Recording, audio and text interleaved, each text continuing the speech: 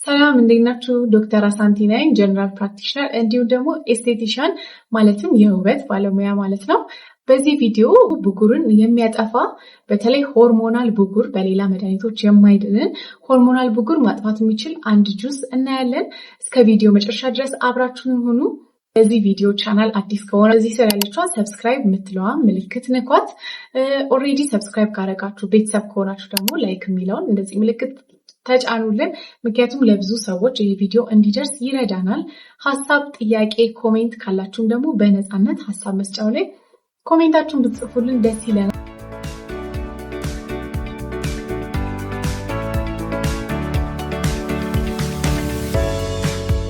ዛሬ የምንወያየው ስለ ብጉር ነው ማለት ነው፣ ስለ አክኒ ነው።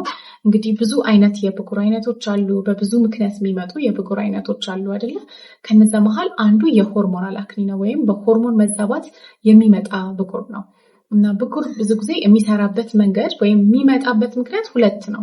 አንደኛው ወይ በባክቴሪያ ምክንያት ይመጣል፣ ወይ ደግሞ በሆርሞን ምክንያት ይመጣል። በባክቴሪያ ምክንያት ይመጣል ስንል አንዳንድ ባክቴሪያዎች አሉ። አሁን ለምሳሌ ፊታችን ውስጥ ቃቅን የሆኑ ክፍተቶች አሉ አይደለ? ማለትም እነዛ ቅባቱን የሚይዙት ማለት ነው። እንደ እንስራ ነገር ናቸው። ከስር ወፍራም ናቸው፣ ከላይ ጠበብ ይላሉ እና በዛ ውስጥ ቅባት ይመረታል፣ ኦይል ይመረታል። ይሄ ነገር ሰውነታችን ጥሩ ነገር ለማድረግ ነው። ቆዳችን እንዳይሰጣጠቅ፣ ቆዳችን እንዳይደርቅ ሲል ይሄንን ወዝ ወይም ቅባት ያመርታል።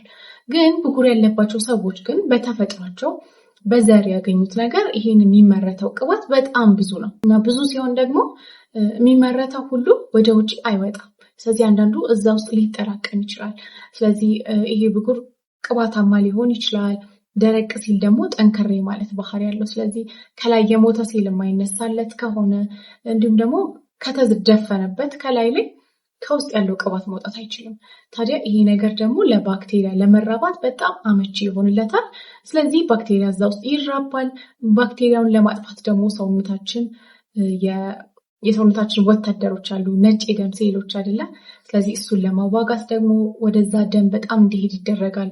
በደም አማካኝነት ነጭ የደም ሴሎች እንዲሄዱ፣ ከዛ እብጠት ይፈጠራል፣ ከዛ ይቀላል፣ ከዛ ትልቅ የሚያም ከእንቅልፋችን ስንነሳ እዚህ ጋር ወይ ደግሞ ግንባራችን ላይ ብጉር ሆኖ ይጠብቀናል ማለት ነው።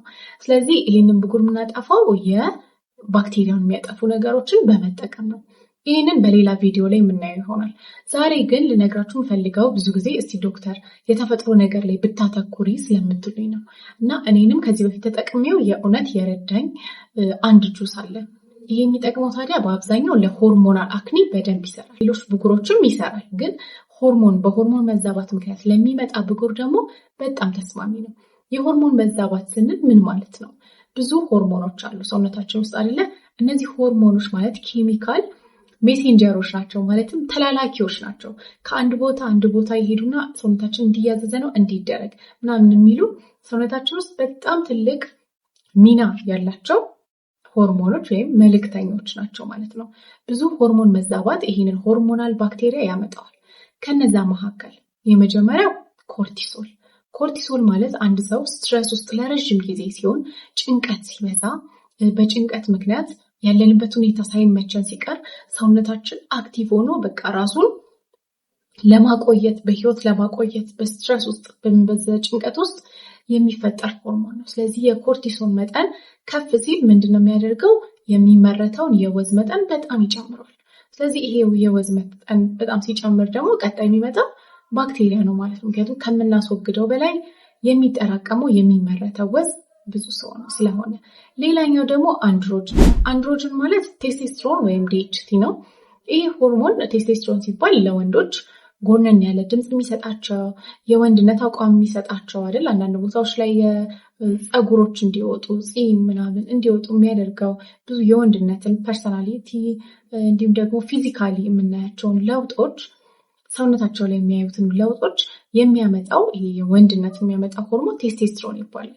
ግን ይሄ ቴስቴስትሮን ወንዶች ላይ ብቻ አይደለም የሚገኘው፣ ሁለቱም ላይ ይገኛል። ሴቶችም ላይ ወንዶችም ላይ አለ። ግን መጠኑ ነው የሚለያየው። ወንዶች ላይ በጣም ሲበዛ፣ ሴቶች ላይ ደግሞ አነስ ይላል። እንዲሁም መቼስ ፂም ምናምን አይወጣም ሴቶች ላይ በጣም አንዳንድ ሬር የሆነ ኬዞች ካልሆነ ማለት ነው። ስለዚህ ይሄ ሆርሞን ምንድን ነው የሚያደርገው? ወፍራም ቅባት እንዲመረት ያደርጋል።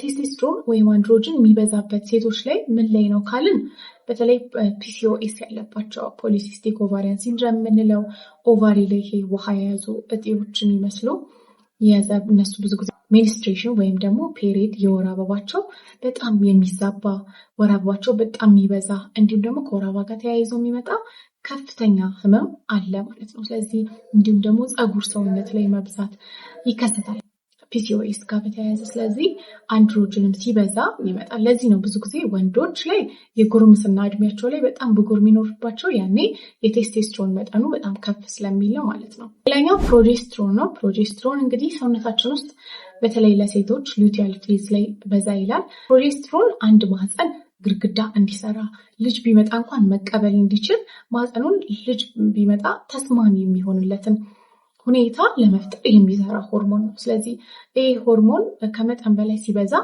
የማሳበጥ ነገር አለው።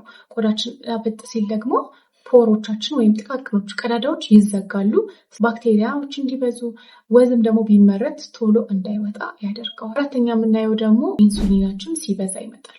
ኢንሱሊን የሚበዛው ምን ሲሆን ነው? ስኳር፣ ጣፋጭ ነገሮችን ስንበላ፣ የፍሩትም የአትክልትም ሆኖ ጁስ የተፈጨ ከሆነ እሱን ስንበላ ይመጣል። እንዲሁም ደግሞ የተፈተጉ እህሎች፣ ነጭ ዳቦ፣ ከነጭ ዳቦ የሚሰሩ ብስኩት፣ ኩኪስ፣ ኬክ ስንበላ ይሄ ነገር ይበዛል ማለት ነው። ዛሬ ግን ላወራችሁ የፈለግኩት ይሄ ሆርሞናል ታዲያ እንዳልነው ብዙ ጊዜ ከምግብ ጋር የተያያዘ ነው፣ ከአንጀታችን ጤና ጋር የተያያዘ ነው። ብጉር በጣም ያልታወቀ ማለት ነው ከአንጀታችን ጤና ጋር በጣም የሚያያዝ የቆዳ ሁኔታ ነው። ስለዚህ ምን እናደርግ? ስለዚህ አንጀታችንን መከባከብ አለብን። እንዴት ነው የምንንከባከበው? ምንድን ነው አንጀትና ብጉርን ምንድን ነው የሚያመጣው ካልን አንጀታችን ውስጥ በጣም ብዙ ጥሩና መጥፎ ባክቴሪያዎች አሉ። አንዳንዴ የምንወስዳቸው መድኃኒቶች ሊሆን ይችላል። በአንዳንድ ምክንያት ውስጣችን ያሉት ጥሩ ባክቴሪያዎች አነስ ሲሉ፣ መጥፎቹ በዛ ሲሉ ባላንሱ ይዛባል። ይህ ሲዛባ ሊኪ ገት የሚባል ነገር ይፈጠራል።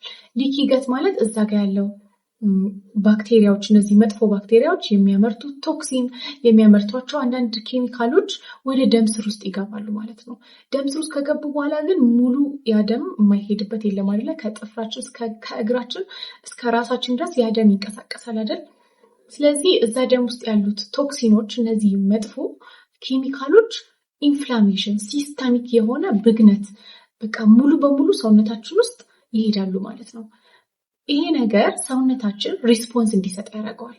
ደም ውስጥ ዲቴክት ሲያደርግ የሆነ ቦታ ሰውነታችን መጥፎ ነገር መጥፎ ኬሚካል እንዳለ ዲቴክት ሲያደርግ ወይም ባክቴሪያ እንዳለ ዲቴክት ሲያደርግ የመጀመሪያው ነገር እሱን ለመግደል ምላሽ መስጠት ነው አይደለ? ያ ምላሽ ደግሞ በተጨማሪ ይጋነናል፣ በጣም የተጋነነ ይሆናል መስጠት ካለበት።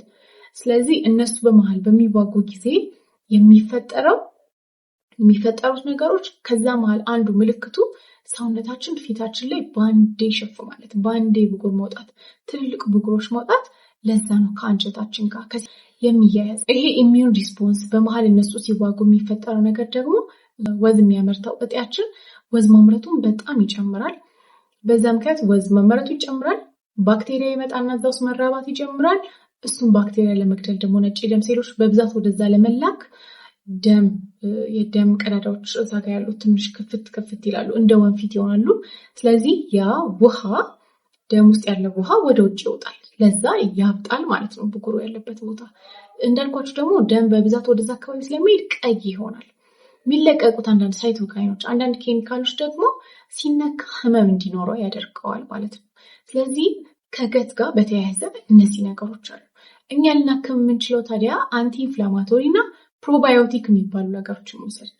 የመጀመሪያ ፕሮባዮቲክ ምንድን ነው? ፕሮባዮቲክ ማለት አንጀታችን ውስጥ እንግዲህ በጣም ጥሩ ለጤናችን ጥሩ የሆኑ ብዙ ቫይታሚኖችን የሚቀይሩ ባክቴሪያዎች አሉ ተባብለናል። ስለዚህ እነዚህ ባክቴሪያዎች የሚመግባቸው እንዲፋፉ የሚያደርጋቸው እንዲበዙ የሚያደርጋቸው ፕሮባዮቲክ ነው። ፕሮባዮቲክ ምን ውስጥ ይገኛል ካልን እርጎ ውስጥ ይገኛል። ቤት ውስጥ ፈርመንት አድርገን ራሳችን እንዲብላላ አድርገን ያደረግነው እርጎ ውስጥ ፕሮባዮቲክ ይገኛል። ስለዚህ ፕሮባዮቲክ እርጎ በጣም አሪፍ ምግብ ነው። እንዲሁም ደግሞ ውጭ ያላችሁ ደግሞ ፕሮባዮቲክ በሰፕሊመንቶች በሚዋጡ በብዙ መጥተዋል። የኮሪያ ደግሞ ኪምቺ የሚባል ምግብ አላቸው። ጥቅል ጎመን ሰርተው ፈርመንት የሚያደርጉበት ማለት ነው። ታዲያ ጁሱ ምንድን ነው? አንድ የሆርሞናል አክኒ ወይ ብጉር በጣም እያስቸገራችሁ ከሆነ ይህንን ጁስ ሞክሩት። በእኔ ይሁንባችሁ። አትሊስት ለ2 ሳምንት ውሰዱትና ከዛ በኋላ ምንም ለውጥ ከሌለው መታችሁ ኮሜንት ትጽፉልኛላችሁ።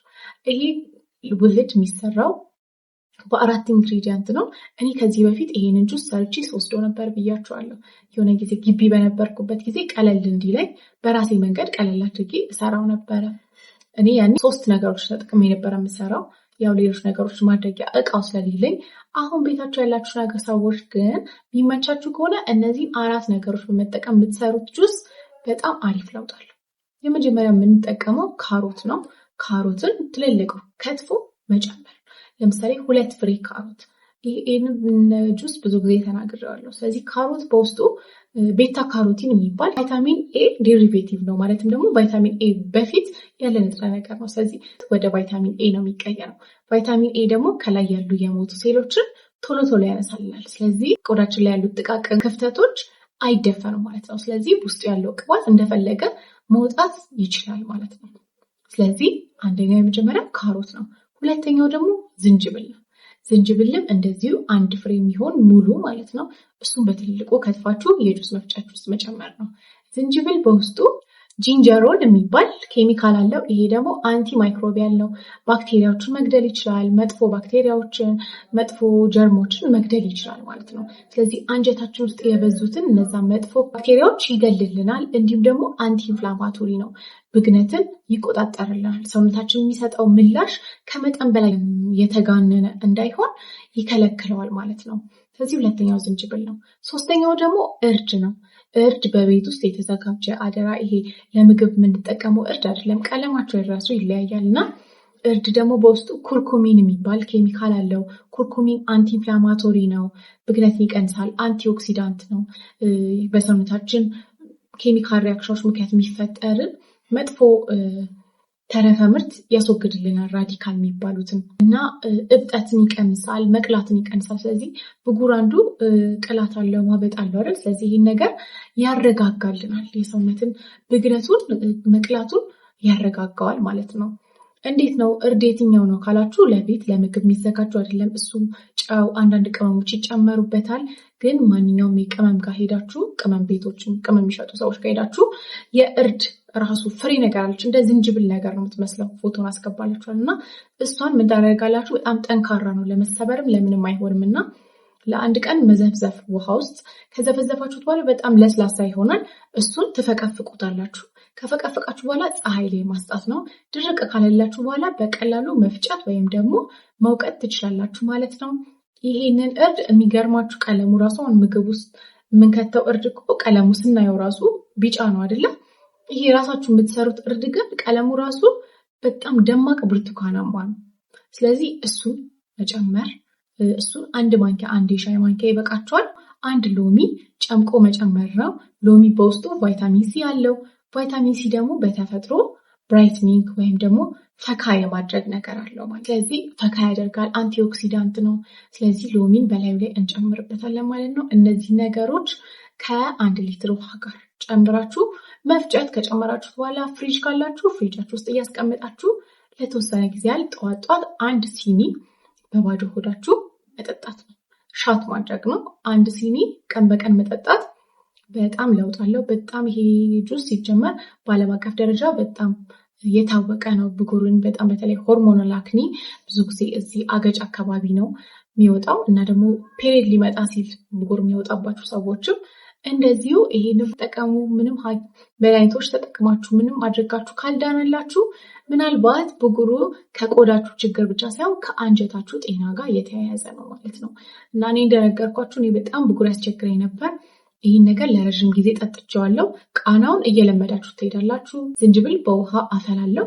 ከዛ እዛ ውሃ ላይ ሎሚ ጨምራለሁ። ከዛ ደግሞ እርድ ጨምርና አንድ ላይ መታችኋለሁ ወይ ትንሽ አፈላችኋለሁ። ከዛ በኋላ ጧት የሆነ ያክል ጠጣ ነበር እና ከጥቂት ጊዜ በኋላ ትለምዱታላችሁ። እርድ ሲጀመር ለብዙ ነገር ጤና ይሰጣል። ለአንጀት ጤና በተለይ በጣም አሪፍ ነው። በጣም በቃ ከብሎቲንግ ጋር ይሄ ከኢንፍላሜሽን ጋር እነዚህ ከብግነት ጋር ተያይዘው የሚመጡ ብዙ ጊዜ ሆድ ቁርጠት የሚያማችሁ ከሆነ እንዲሁም ደግሞ ድርቀት የሚያስቸግራችሁ፣ ዲያሪያ የሚያስቸግራችሁ፣ የሆድ ህመም የሚያስቸግራችሁ ሰዎች እርድ በጣም አሪፍ ነው ከወተት ጋር። እንዲሁም ደግሞ እንቅልፍ ራሱ እምቢ ለሚላችሁ ሰዎች እርድ በወተት በጣም አሪፍ ነው። ህንዶች እንደውም ወርቃማው ሻይ ይሉታል እና በጣም አሪፍ ነው። እነዚህ ተጠቀሙና ከዛ በኋላ ያላችሁን ኮሜንት ትሰጡኛላችሁ። ታዲያ ኮንሲስተንት መሆን ይፈልጋል ማንኛውም የቆዳ ሁኔታ መታከም ወይ ለማከም ያን ነገር ለማጥፋት ምን ይፈልጋል? ለረጅም ጊዜ ያንን ነገር መጠቀም ይፈልጋል። በአንድ ሳምንት በ10 ቀን ብቻ ለውጥ አያመጣም። ረዘም ላለ ጊዜ መጠጣት ያን ነገር መከተል ያስፈልጋል። እንዲሁም የሚያስፈልጉ ሌሎች መታጠቢያዎች አሉ፣ መቀቢያዎች የሚቀቡ አክቲቭ ኢንግሪዲየንት የምንላቸው አሉ። እነሱን ደግሞ በቀጣይ ቪዲዮ ላይ እናያለን። ሙሉ በሙሉ ብጉርን ምንድን ነው የሚያመጣው? መፍትሄው ምንድን ነው? ስንት አይነት ብጉሮች አሉ? የትኛውን ብጉር እንዴት እናክም? የትኞቹን ክሬሞች እንግዛ? የትኛውን መታጠቢያ እንግዛ? የሚለውን ደግሞ እስካሁን ድረስ ሰብስክራይብ ካላደረጋችሁ ሰብስክራይብ አድርጉ። እስከዚህ ሰዓት ድረስ አብራችሁ ከቆያችሁ መቼስ ስለጠቀማችሁ ነው ይሄ ቪዲዮ። ሰብስክራይብ ማድረጋችሁ እንዳትረሱ። እዚህ ጋር ያለችውን ምልክት ተጫኗት። ሰብስክራይብ ካደረጋችሁ ቤተሰብ ከሆናችሁ ደግሞ ላይክ የምትለዋን ምልክት መጫን እንዳይረሳ። ሀሳባችሁን፣ ጥያቄያችሁን ኮሜንት ላይ ጻፉልኝ። ያስፈልጓችኋል ይህን ነገር ማየት አለባችሁ ለምትሉት ጓደኞቻችሁ፣ ወዳጆቻችሁ፣ ቤተሰቦቻችሁ ይህን ቪዲዮ ሼር አድርጉላቸው። እናንተ ላይክ ስታደርጉ፣ ኮሜንት ስታደርጉ፣ ሰብስክራይብ ስታደርጉ ደግሞ የበለጠ ለሌላ ሰው እንዲደርስ ያደርግልኛል። ለምትሰጡኝ ማበረታቻ በሙሉ ለምትሰጡት ጥሩ ኮሜንቶቻችሁ፣ ሁሌ ስለምታበረታቱኝ በጣም አመሰግናለሁ። ብጉርም የሌለባችሁ ቢሆን ፊታችሁን ፈካ ማድረግ፣ ግሎ ማድረግ፣ ይህ የሚያበራ ፊት እንዲኖራችሁ ከፈለጋችሁ ይህንን ጁስ ሞክሩት። ሰላም ዋሉልኝ። አበ ጉዴ ባይ